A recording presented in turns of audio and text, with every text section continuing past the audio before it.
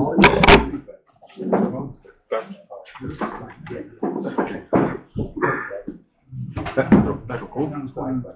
supposed to stand next. I'll move a bit, so hopefully it's fine. Okay. So good morning to you all.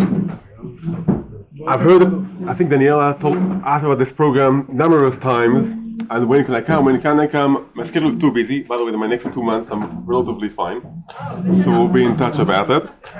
I think for 2 or 3 years maybe, can I come to Nitzranim, and Baruch Hashem, I'm very happy to be here, and I'm amazed to see a relatively big Beit Midrash, quite a few people here, Jerusalem and from Aledo even, right? So that's something special to see people who take time in the morning and learn Torah, and that's, for me, it's very exciting, very amazing to see people who are dedicated to Torah and to spiritual growth. I thought I can bring the sources in Hebrew. So I almost thought that I can even speak in Hebrew. That's fine, we'll try to speak in English. I said now my English is a bit better than the past, but I used to say as a joke, which is half true. My wife is American, and I was born in Australia.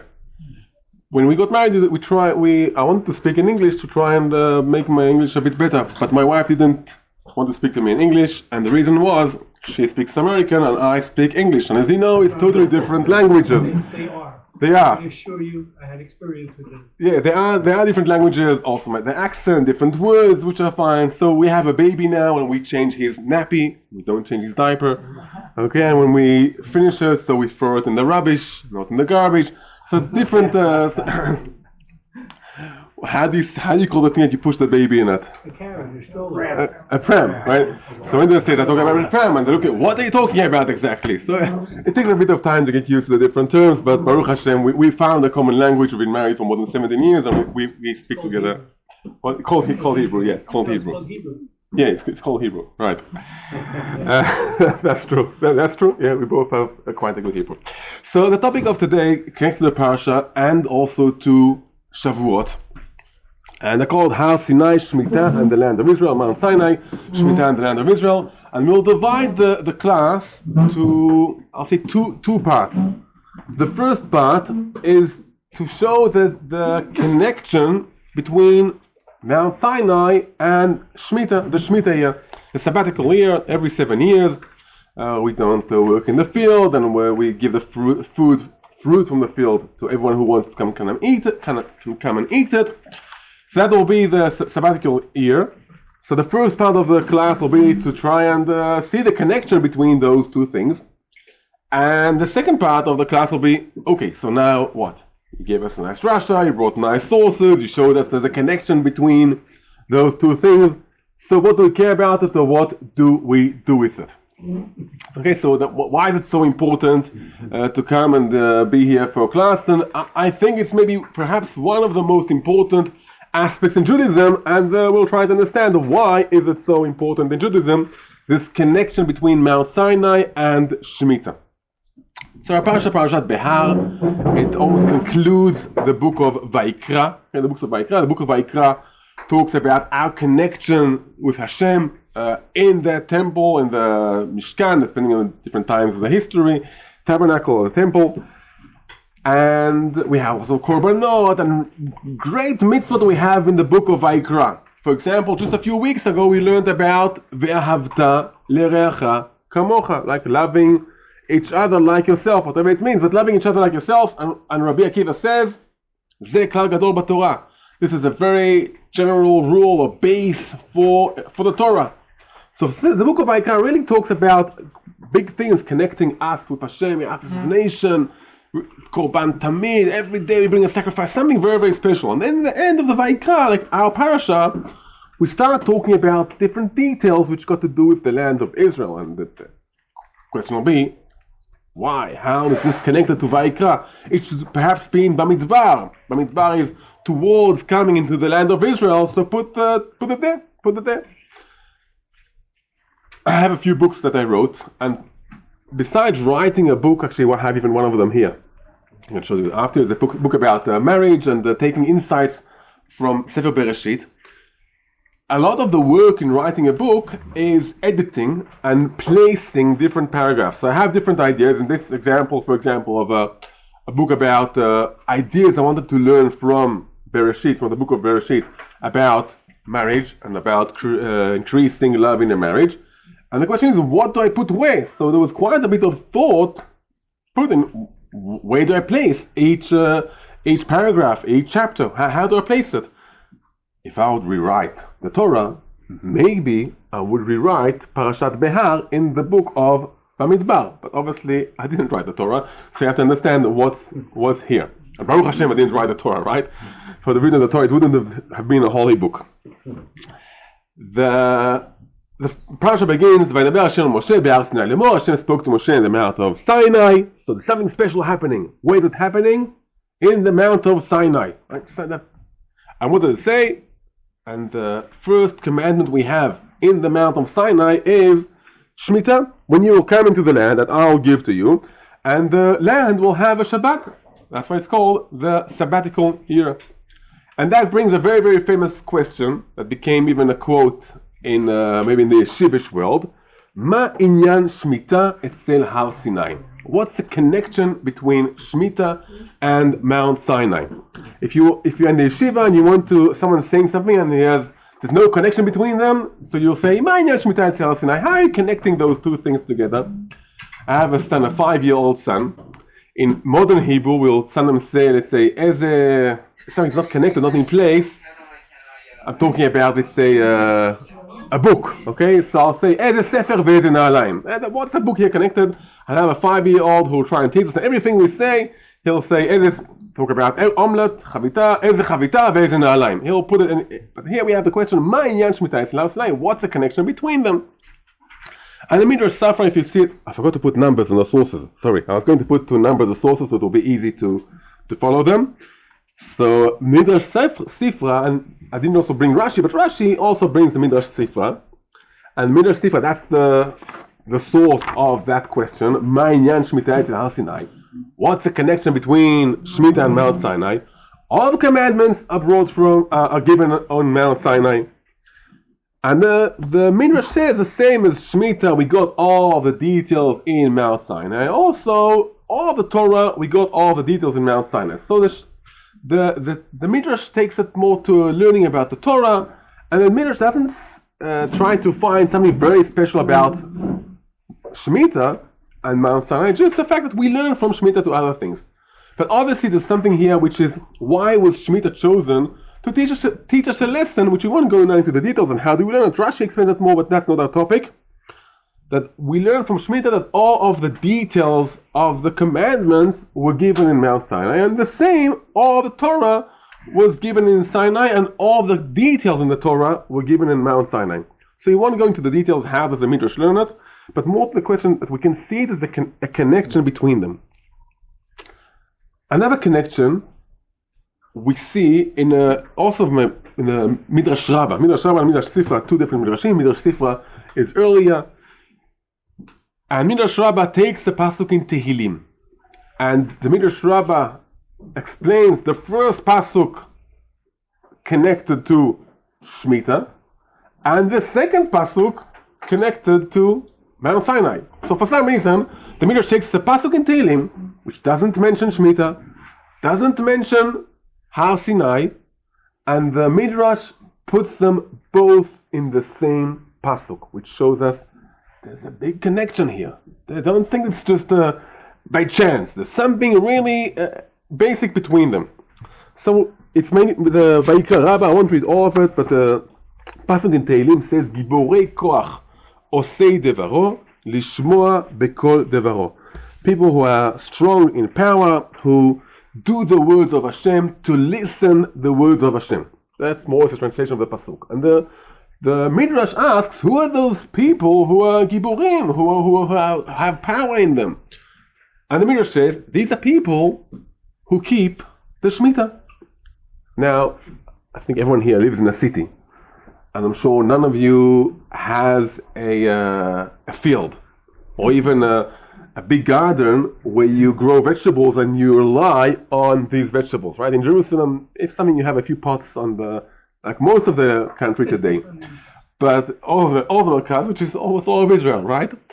Only 3% of the population has agriculture. My family originally is the agriculture. So if you look for the Wende nursery, still at Wende, it's quite a big nursery.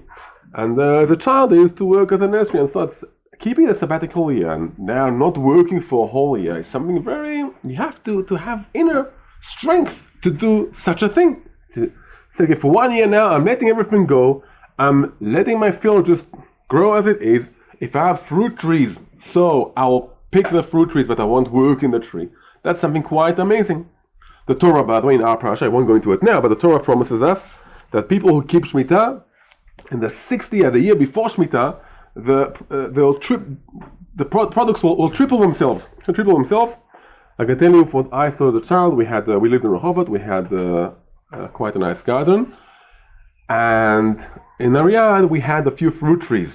And the fruit tree which I liked the most was lychees. Okay, lychees are quite rare. And we had lychees. And also in Shmita, we just let everyone take it. The year before Shmita, we had so many lychees that even our family, with the boys who used to just come on the tree and eat lychees, we weren't able to finish the lychees. Lychees. That's Australian. Here comes the Australians. Okay, lychee is what probably you call lychee, I guess, right? Yeah, lychee. Okay, it's a white fruit with a red dragon. I'll show you a picture. My phone is on silent, but I can still, if I have reception, I can still find you. You've never eaten lychees? It is here, but not in New York. Yes, they had Chinese restaurant. Okay. Yes. So you can buy it very soon. It's a summer fruit. The end of the summer fruit. That's how it looks like. A very, very nice fruit. Talking about agriculture. So when I remember as a child, I think I was 7 or 8 years old. I took seeds of lychees and planted them in pots. I think I have 20 pots. And I was working in the nursery with one of the workers there. And after 2 weeks, I came to see how my small seeds, actually big seeds, how they're doing. And I was, as a young kid, I was scared that maybe the trees will grow upside down. So I opened all of the pots, took out all the seeds, asked the worker what's the right way to plant them, and then planted them in the right way. Obviously, naturally, Hashem created the world that trees grow up and the roots go down. But as a child, I was still concerned, so I had to open all of the pots and replant them in the correct way. What? They grow? I'm not sure if these ones grew, but I do have a few plants which I grew. I have a huge eucalyptus tree, which I grew from a tiny seed. They grew afterwards, yeah. Oh, but with many fruit trees, you have to graft them for them to have good fruit. So we didn't graft them. So. Okay, so up to now we saw there's a connection between Shmita and Mount Sinai. Now we're trying already to go deeper into this connection. Shmita, the sabbatical year, is something which is very, very much connected to the land of Israel. In also the 6th parasha, but Bechukotai, the second part of the parasha, we talk about the nation being exiled from the land of Israel because they didn't keep Shmita.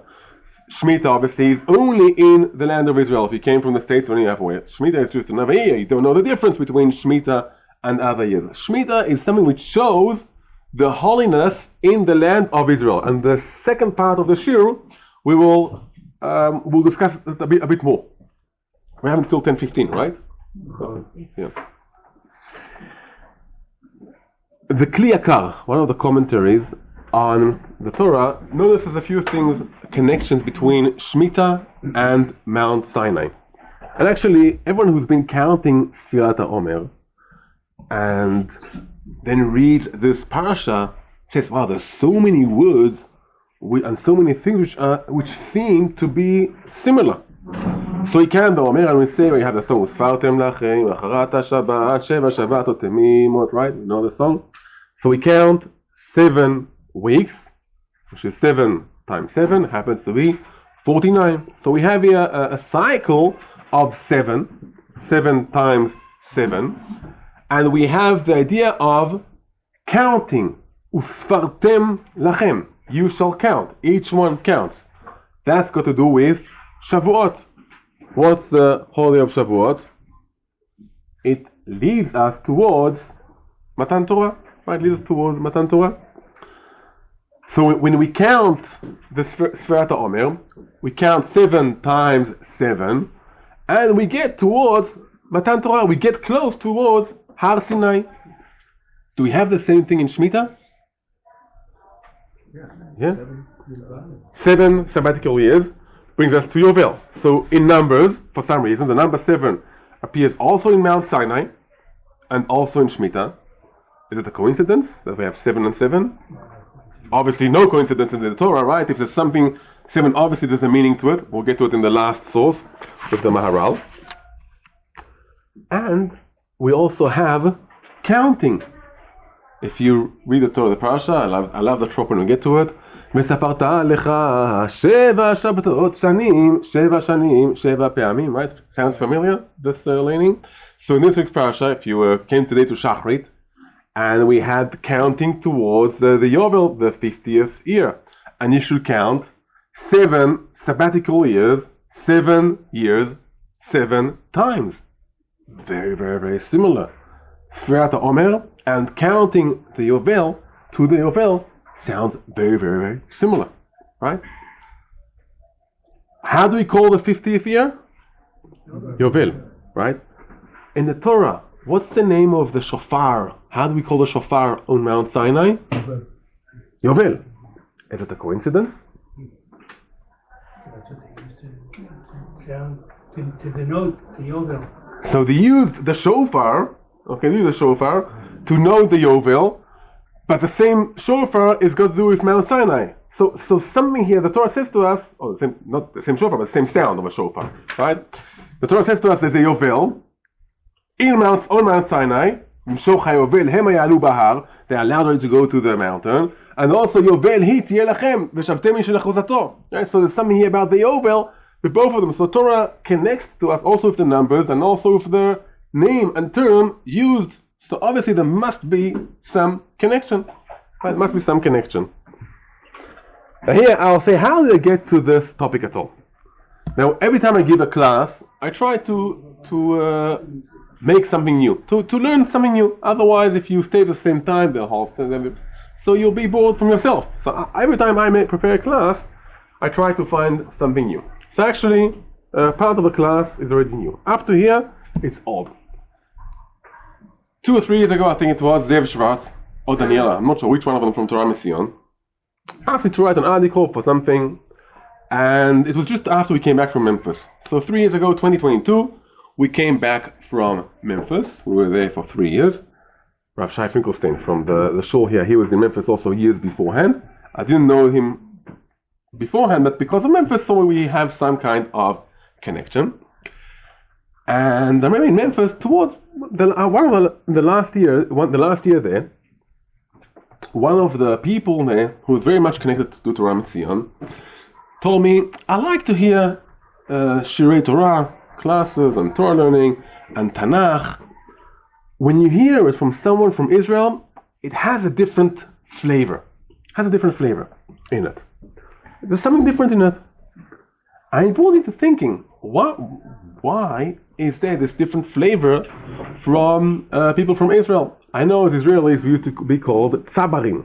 Tzabarim are those cactuses, right, with the prickles on the outside and the fruit in the inside. So they always say about Israelis that we are prickly from the outside and sweet in the inside. What they didn't tell you, have you ever ate tzabarim? No? So what they didn't tell you when it's sweet in the inside, that it's full of pips. So even some of the pips you have to spit out sometimes. Okay? That's the didn't tell about Israelis. Yeah. Next to our shul, we have a cactus tree, right? Cactus tree next to our shul behind the fence there. And last summer, me and my son, we went to there. We picked a lot of cactuses out of those cactus fruit, and we were very careful. Baruch Hashem, I think we ended up only with one prickle, and that's it. That's one splinter, and that's it. Okay, when you think about the tens or hundreds of splinters you can get, and we made cactus liqueur, and then you can drink the liqueur without having all the pips and all the splinters, and that's fine. Yeah. So that's tzabarim. So what's the flavor? So it brought me to thinking, what's the flavor in the Torah from Israel? So in Tanakh I can understand it. Because in Tanakh, when you learn Tanakh and you travel around, you say, wow, it happened here. It's something that you live, right? Here in Jerusalem. You go, if my son just came from what they say the grave of David is. So look, it's probably not the grave of David, and how do I know? Because read Nehemiah, and the cave of David is mentioned there. It's probably lower in the city of David. But you walk there and you can see Shar HaMayim, you can see where they went. You go up to the Gilboa, up north, and you can see where the battle between Shaul and the Plishtim was, and you can understand the valley in between where the Plishtim were and how Shaul had to escape up to the mountain. I mean, you go to Emek Ha'ela, you can understand more or less how the battle between David and Goliath was. In Israel, when you learn Tanakh, so you really live it. And I used to learn Tanakh, a perek of Tanakh with my children every Shabbat. And then we used to drive around the land and say, hey, can you see this? This is actually what we learned about. So I can understand why the Torah has a bit more flavor, the Tanakh has a bit more flavor in Israel, or from a rabbi from Israel, because you live it differently. But what about other things? What about Gemara or Halacha? Is there a difference between the land of Israel and other places? Certain halachot are only. So certain halachot are only in the land of Israel. For example, Shmita. Rav Moshe Feinstein has a tshuva, I don't remember where, but I read a tshuva as a child about Heter Mechira, something about the Shmita, and he brings his answer, and he says, but I don't pasken halachot here from United States about the things which have got to do with Israel, because that's the rabbis there should decide. And Rav Moshe Feinstein, he was a Rabban Shel Kol HaGola, he was a rabbi of the United States, probably the Jewish community then in the world. The Kli Yakar talks a bit about really the connection between Torah and the land of Israel. So we won't read all the Kli Yakar, actually, but if you want to, the first half of the Kli Yakar, which is here, so he talks about the connections between Mount Sinai and Shmita. The connections we mentioned, 7 times 7, 49, okay, and the word of Yovel. Okay, so that's that we mentioned already. And he says to them, you should know. Hashem says to Moshe Rabbeinu, you should know that in the number 49 and give the Torah to the nation. That we'll get to it later. Now here I want to read a sentence and then afterwards we'll translate it. So it's more or less in the middle of the Kli Yakar. לומר שבמספר 7 או במספר מ"ט, in the number 7 and the number of 49, אני נותן קדושה זו לכל ארץ ישראל. I give this קדושה, holiness to all of the land of Israel. When we get to the Mahara later, we'll explain it more. שיש לה דמיון וייחוס עם הר סיני. The land of Israel has some kind of connection or relation with Mount Sinai, משום, because היותה אווירה דמחכים, because the air in Israel is the air which makes you wise. And also that, if we have time, I'll just write it for me in a pen. Can I take a pen a second?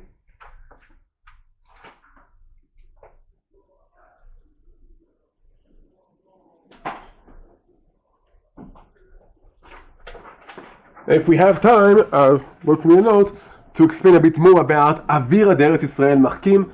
The air in Israel makes you wise. Okay, some people will say, how could it be? Look at the Israelis, how they drive here, drove here, yeah? But, okay. But I can tell you that also in Memphis, people don't drive so great. Okay, yeah.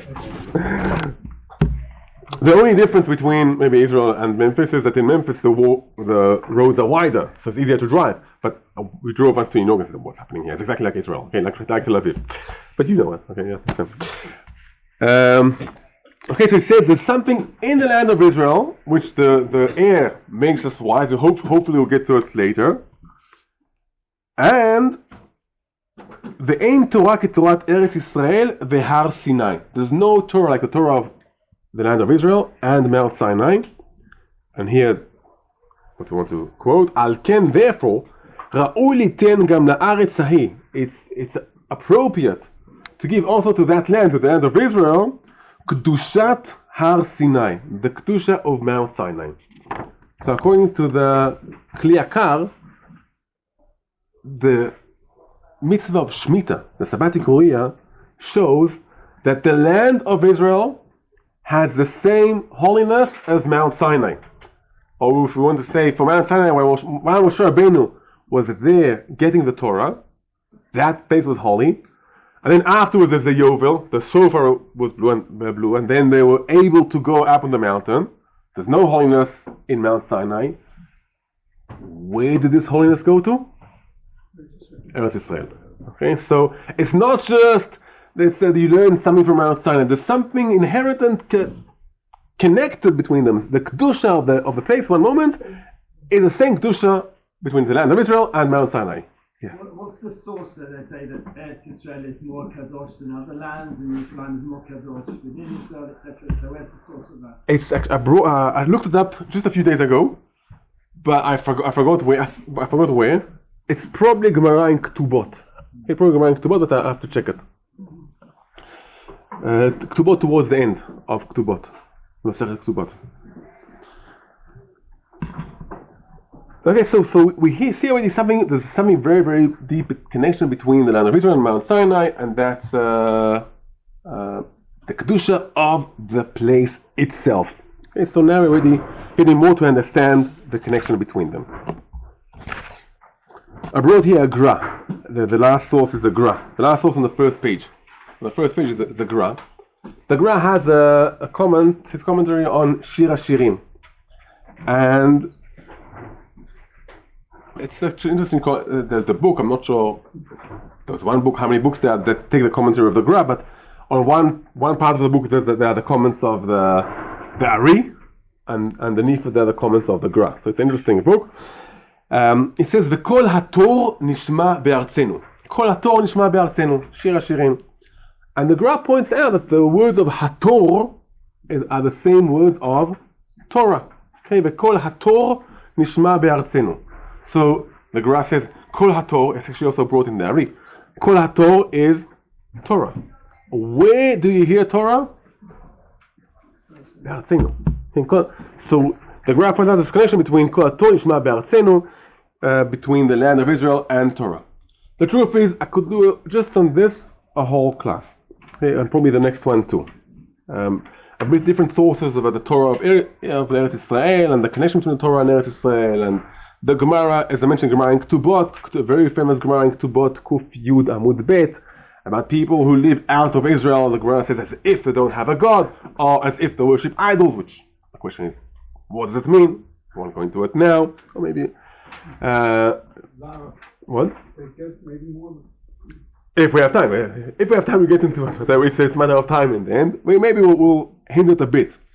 The Gemara in Samech Brachot Samech Gimel Amud Bet. Did I bring that one? Yeah.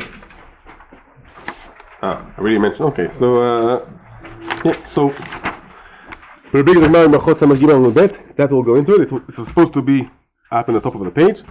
And this Gemara in Brachot, if we talked about Torah Mitzion and the fundraising, so Zev Schwartz will like this Gemara. The reason is because the Gemara quotes a pasuk which he likes very much. Maybe you can have a guess. What's the name of the organization? Torah Mitzion, right? And the Gemara quotes in the end, Ki Mitzion tetzeh Torah udvar Hashem miYerushalayim. Okay, so that's and we have here a very, very interesting Gemara, and we won't read all of it, just a little bit. The Gemara discusses where can you be me'aber shanim. What's a shana me'uberet? Shana, a year in the Jewish calendar, has 12 months. And sometimes every now and then, about 7 years, every 19 years, you have to add 1 month. And typically you do it only in the land of Israel. So we have here something which reminds a bit Shmita. Shmita is time, right? Shmita is something time. And where does Shmita happen? Only in the land of Israel. Well, I'll see here, and also here I won't expand too much. Everything got to do with the calendar in the Jewish calendar has to be connected to the land of Israel. Okay, so the fact we have a Jewish calendar now, it's only because we have Jews living in the land of Israel. If, for example, all of the Jews will be exiled out of Israel, there won't be even one Jew left there's no Jewish calendar. Yeah, we won't go into details of that, but that's something very interesting. Time. What's time got to do with place? According to the Jewish halacha, the reason we can give meaning to time, kedusha to time, is only because we have people living in the land of Israel. So if I ask you guys, when is Shavuot? Why is Shavuot on Monday? Because of you. Because of us. Because we're living in the land of Israel, and therefore we have a calendar, and therefore we can have Shavuot on Monday in our week. As I said, that will be also a whole topic. We won't go into it now. So there was a... What does that mean? In other words, if we were all... If there's not even one Jew in the land of Israel, celebrate Shavuot? there's no calendar. You can't have a Rosh Chodesh. You can't have a Rosh Chodesh. Okay. So Baruch Hashem, for the 2,000 years, there was always someone in Israel. There's a family in Pki'in. They say that the Shpachat Ziton, I think the name is of the family. Yeah. So they say they're always there. Does that still apply with the fixed calendar? With what? Does that still apply now with The fixed calendar depends on that. We know 50 years from now Yeah. when it is? The fixed calendar can work only because there's people living in Israel. Okay, but that's a whole topic for itself. Okay, so we won't go into it now. There was a time when Israel, the Romans were ruling, and there weren't so many rabbis, and probably around the Bar Kokhba revolt, and for a few years they had to do Ibur Shana to extend the year in 1 month out of Israel. So the Gemara here talks about Hananiah, the Ben Achi Rabbi Yoshua. He was the niece of Rabbi Yoshua. What is it? Nephew of Rabbi Yoshua. And out of Israel, he used to do this Ibur Shana at a month. And the rabbis weren't so happy about it, and they sent to him 2 messengers. We won't go into all the stories there. Quite interesting story what happened there. But they sent him 2 messengers, and they asked him, how come you do this Ibur Shana out of Israel? He says to them, also Rabbi Akiva, he did it out of Israel. Rabbi Akiva lived in Israel, but for some time, because of the Romans, he was out of Israel. So also Rabbi Akiva did all the calculations out of Israel.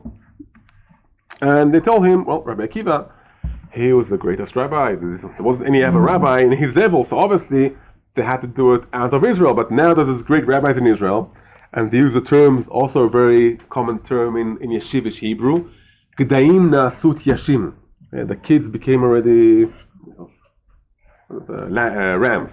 Right? So that's... and they told us that you shouldn't stop doing what you're doing. And here, I made it bold. The rabbis in Israel sent us to here, to where you are out of Israel, and tell them, if you listen to us, that all of the kedusha of the time, all the calculations of the new year comes only from the land of Israel, it's great. But if not, if they will not listen to us, so they're worshipping idols. So it's just better, just go up to the mountain, to the mountain. Achiyah, the name of someone will build an altar, a mizbeach, when you're not allowed to build altars, right? Hananiah, he will play the kino. I'm not sure if the kino we have in the times of the Gemara is a violin today, but you can translate it as violin. And everyone will say, we don't have any portion in the gods of Israel. Wow, that's something very harsh to say. He was doing calculations for times out of Israel. What's the problem? No. It has to be in Israel. If you go out of Israel, just worship idols already. Same thing. And they ask, why is it so severe? Because it says, Ki mitzion tetzeh Torah udvar Hashem Yerushalayim. Torah has to come out of Zion and has to come out of Jerusalem. Up to now, it sounds very, very much. So we can see why. We can see it's like that. We can see the connection between Mount Sinai and Shmita, and we know that Shmita is very much connected to the land of Israel. And we saw the Kli Yakar, that the Kli Yakar talks about Israel getting the kedusha, the holiness of Mount Sinai. And we saw the Gra, the drushes, the pasuk in Shir Hashirim, Kol Torah Nishma B'Artzenu, Torah should be heard from the land of Israel. So all that now, we know it's like that. And the question is, why? Okay. Why is it like that? Why is there such a connection, a deep connection between Torah and the land of Israel? We know there's a connection between Mount Sinai and Shmita. why is there a connection between Mount Sinai and Shmita? Okay, so now we move from the question who said or is there to the question why. Okay, that's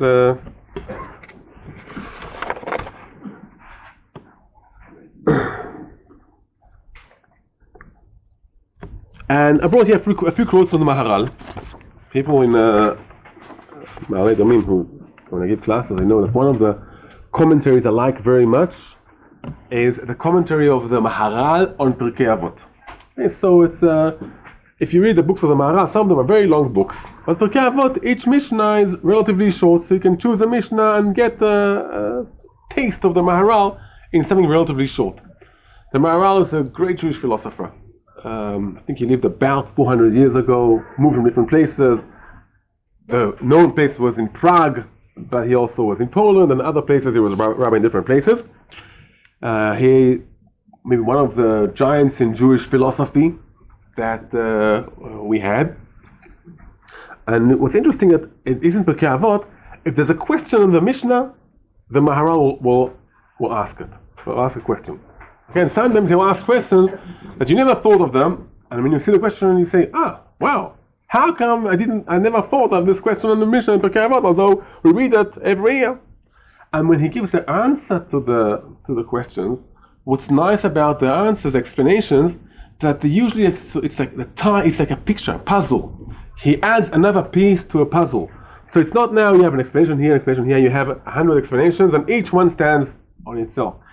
It connects to something which is much, the whole picture. So everything that's something I like very much about the Maharal. The Mishnah in Pirkei Avot says that there's exile from the land of Israel because of 4 sins. One of the sins, or 3 sins are the 3 severe sins: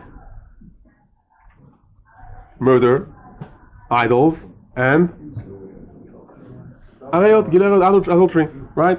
And if there's great big sins, what's the 4th one? Shmita. Why Shmita? Why Shmita? And the Maharal says in the top of the page, he talks about that all the 3 sins we mentioned that got to do with the Kedusha that they have in the land, and Shmita shows about the Kedusha in the essence of the land itself. Okay, the Kedusha, the Shmita, shows that the land itself, by definition, has Kedusha in it.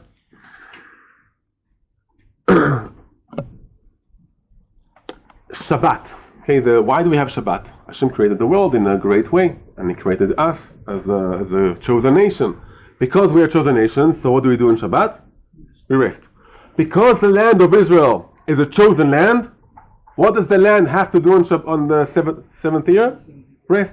V'shavta ha'aretz. Okay, the land, it's a holy land. Shmita shows that the land itself is a chosen land. The same that there's a chosen nation, the same that there are chosen holidays, there's also a chosen land. A chosen land. And the sabbatical year shows that the land is a chosen land. So people who don't keep Shmita, so they say, okay, this land is just like a regular land. There's no God in the land.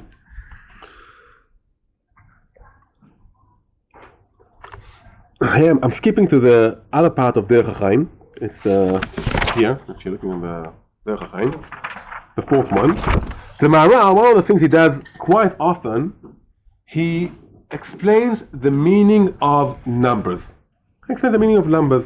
Now, what's nice about the Maharal, that he many times hides a lot of ideas in Kabbalah, in his words, but he explains it in more of a philosophical language.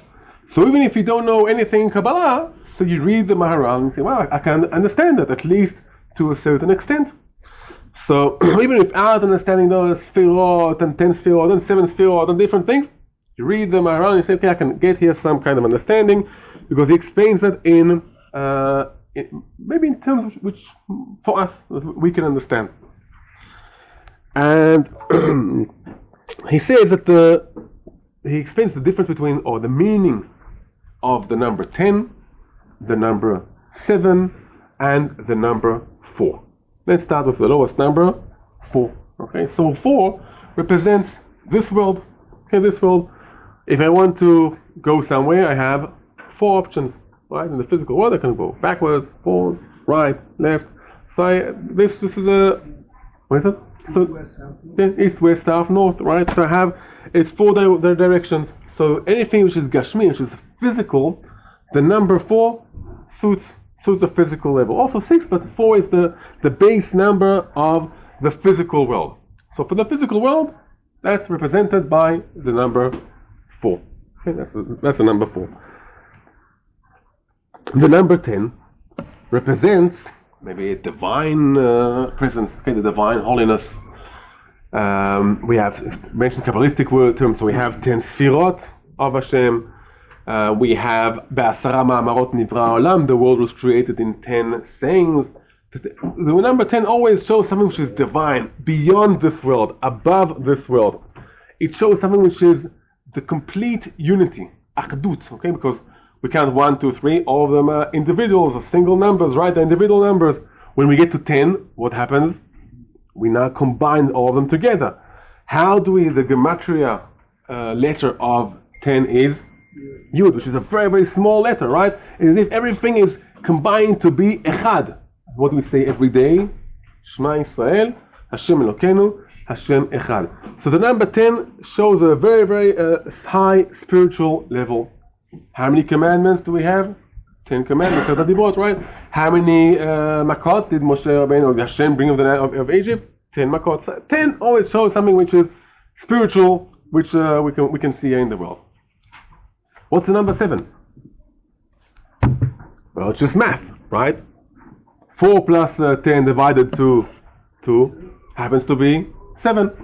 Or 7 is exactly the average between 4 and 10. So the number 7, yeah, I'm a good at math, am I correct? Yeah, okay. I don't teach math, I teach other things, but so the number 7 represents the connection that we have between the spiritual world and our world. Okay, so that's the meaning of the number 7. The number 7 is the connection we can have as human in this world with the spiritual world. Once someone told me, what's Judaism? How do you define Judaism? I think it's something very, very true. You know? So Judaism, it said, is the link between heaven and earth. That's Judaism, the link between heaven and earth. Now, I know that Musk has all sorts of spaceships and he tried to link between heaven and earth. I don't think Musk is Jewish. But the link between the spiritual world and the physical world. And all of the religions try to explain how to do this link. So in Christianity, for example, there's maybe some kind of, also in Islam and other worlds, you can't really link between them. If you want to be holy, so maybe you have to not marry, eat. You have to be separated from this world. I had a friend when I was in the army, so he used to work in the army. He was a sheikh, a Druze sheikh. And so we were friendly. We used to sit down every now and then, drink coffee. And he said, as a sheikh, the religion of the Druze is secret. Okay, no one is supposed. Only the religious people can learn the religion, and you're allowed to be not religion. Like by the definition of the religion, you can decide not to be religion, but then you have no connection. Okay, you'll be Druze, you belong to the Druze community, but there's no connection between you and the religion. And if you are religious, you are supposed to distance yourself from some things in the world. You can work only in specific jobs. You can't do everything. So there's some kind of distance between heaven and earth. And Judaism says Hashem can appear in this land, in the world. What happened in Mount Sinai? Hashem appeared in the world. Even before Mount Sinai, let's go a few thousand years beforehand. Hashem created the world. Hashem created the world. Right, Hashem created the world, which means that Hashem appears in this world. There's some kind of connection between Hashem and the world. Because Hashem created the world, what do we do every week? We have Shabbat. To remember that Hashem created the world. It's not just to remember who created the world, it's to remember that there's a continuous link between Hashem and the world. So Shabbat is Me'ein Olam Haba. Shabbat is the time when we say, yes, there's some kind of connection between us and the world. On the holidays, Pesach, Shavuot, and Sukkot, all of them, including Shavuot, got to do something with the number 7. Shavuot, we just mentioned, it's not just 7, it's 7 times 7. It's the connection of the connection, the super connection between us and Hashem. Also from His way, Hashem also came down to Mount Sinai. Also we got prepared and we got ready to Mount Sinai. So it's 7 times 7. Also the rest of the holidays, Hashem took us out of Egypt. Hashem we dwelt in this shade in the desert. The number 7 represents the connection between us and Hashem. That's what the number 7 represents. Okay? Yeah. What about number 8? So the Maharal does go to all of them. When we learn the numbers, so the Maharal writes a few places. One of them I think is in the first chapter of Pirkei Avot, one of the Mishnayot there.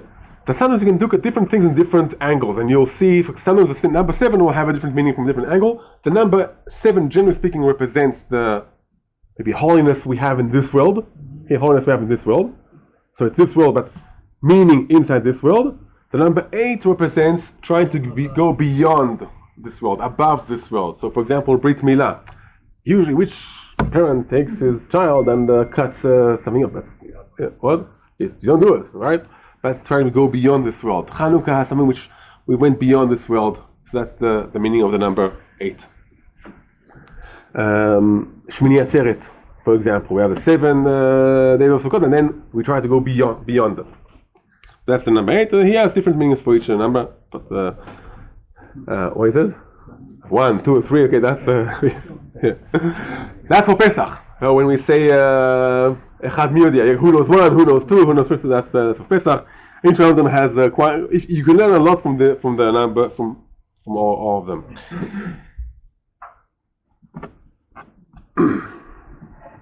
Okay, so we spoke about the meaning of the number 7. Obviously, Mount Sinai, that's where Hashem comes and showed in the world, right? Hashem is in the world. So the number 7 is very much fitting to Mount Sinai. But the idea of Judaism is Hashem is even with us now, even 3,300 years after Mount Sinai. Hashem is always with us. And He's always in the world, in the physical place of the world. How do we see it? The place itself has kedusha. If we believe in a religion that is a distance between the physical world and the holiness, so an area, a place, will never be holy. But an area will never be holy, because holiness is beyond this world. So you'll never have a specific area you'll say this is holy. Hashem is everywhere. Hashem is abstract. There's no meaning to this place or this place. There's no meaning. But since we Judaism believes in Hashem appears in this world, so the place will have a lot of kedusha in it. Beit HaMikdash, with the shul. Even if a person there's no minyan. Okay, I'm now stuck. I've got home at 1 o'clock at night. I look at the watch. I'm ready to go to bed, and then I say, "Oops, I didn't have an arvit. I didn't have an mariv." What's better? Let's say I can go out to shul. What's better, to daven at my home or to daven in shul? By myself. In shul. There's a kedusha in a place, okay? Because the essence of Judaism is there's a connection between the divine presence and the something above us in the physical things that we can do. Sometimes today it's a bit hard to imagine it. I remember when in the army I was a chaplain for quite a few years, a Rav Tzvai. And sometimes I had to build eruvim, an eruv. So you put those strings up on poles, and you go. And once a Chiloni guy asked me, he saw me working on a Thursday before the soldiers were training there on Shabbat. Or they weren't training on Shabbat, but they were training the whole week, camped out for Shabbat, stopped training obviously, and then on Sunday continued training from that place. So he sees me working there, and he asked me what I'm doing. I told him the roof, and it's supposed to be like a fence. And today we have Wi-Fi. Right? In the past, when we were children, if you want to do, you have to have a phone connected to a line, right? You have the line phone. So he asked me, don't you have something which is like a Wi-Fi roof? It could have been great, but Eruv, you can see the Eruv, right? You can feel the Eruv. There's not something which is abstract. Judaism is not an abstract religion. It's a religion which wants to bring the abstract holiness to something that we can live, something we can feel, something that that's something you can sit on it, on the area. That's the essence of Judaism. So there's no abstract thing. Another time I saw it was on COVID. The world moved to Zoom, right? And we still every now and then do classes on Zoom. And for some time, I thought, well, maybe now we won't need to be meeting and sitting in person. We'll just sit down in my house. I'll have a nice shirt, right? And shorts, shlocky shirt. Because if I sit like this, and next to the computer, who can see what I'm wearing, right? And pajamas, I come in pajamas, and I have a suit and pajama pants on. And they won't have to go out.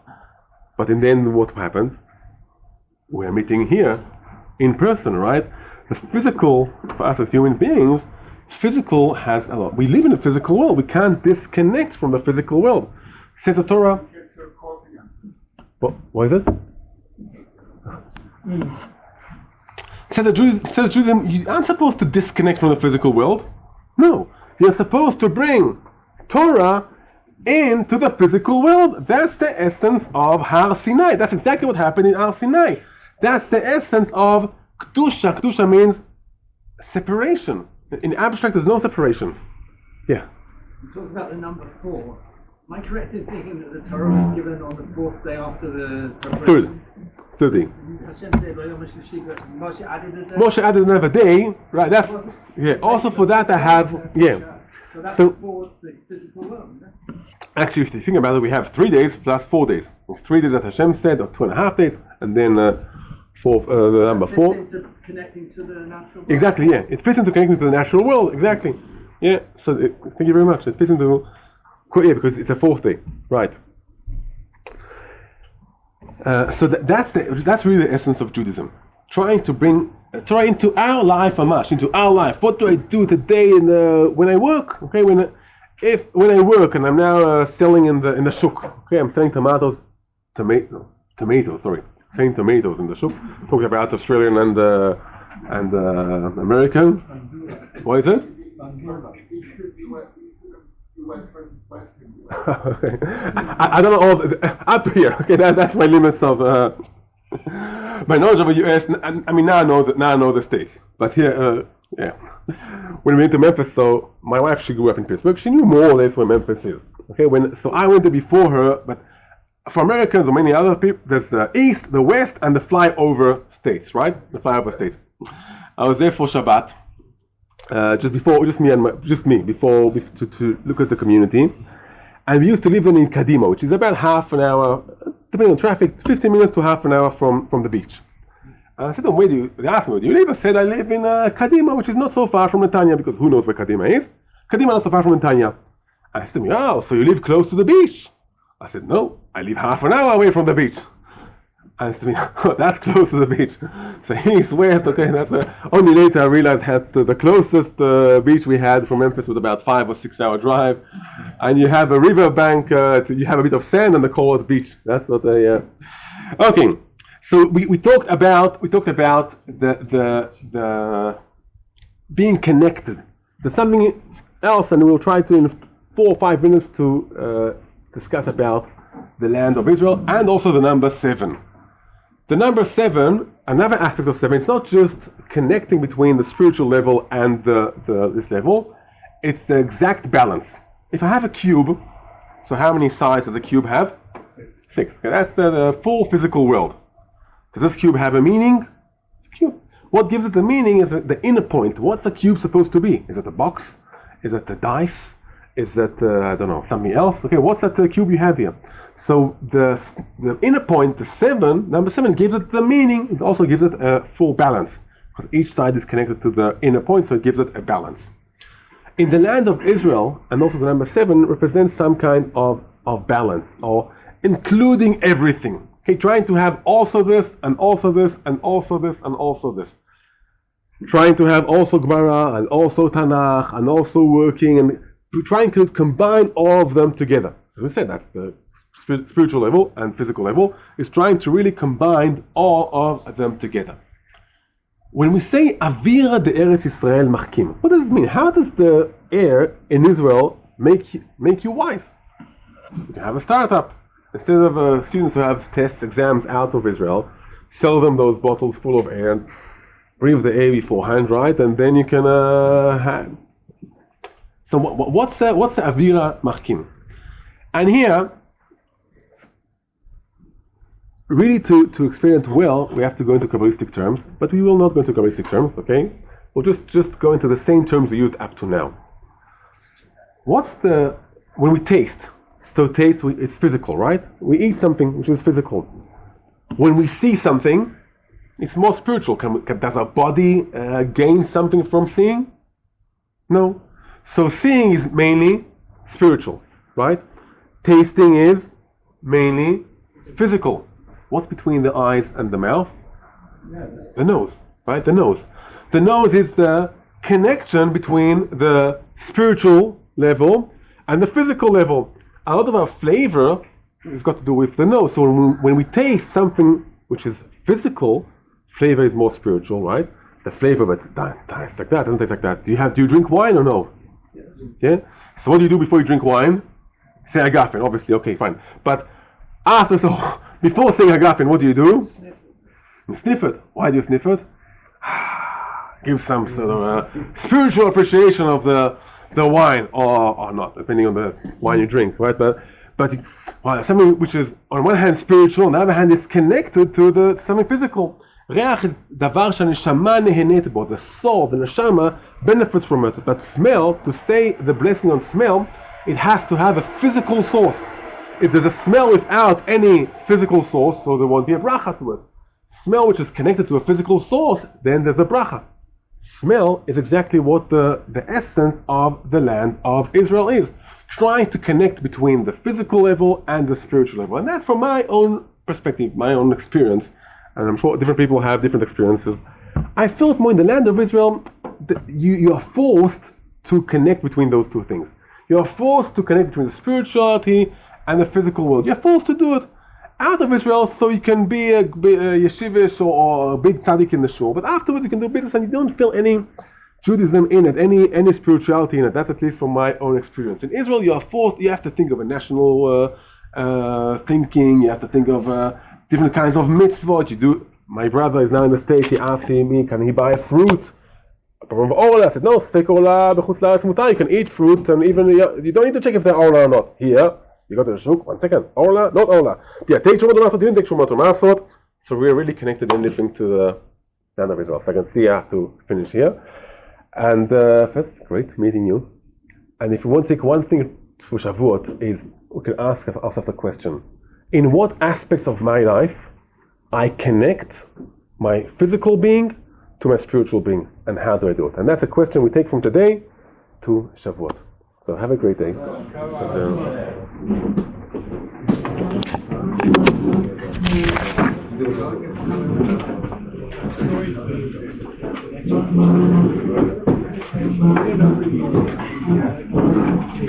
I'll see you next. Hey,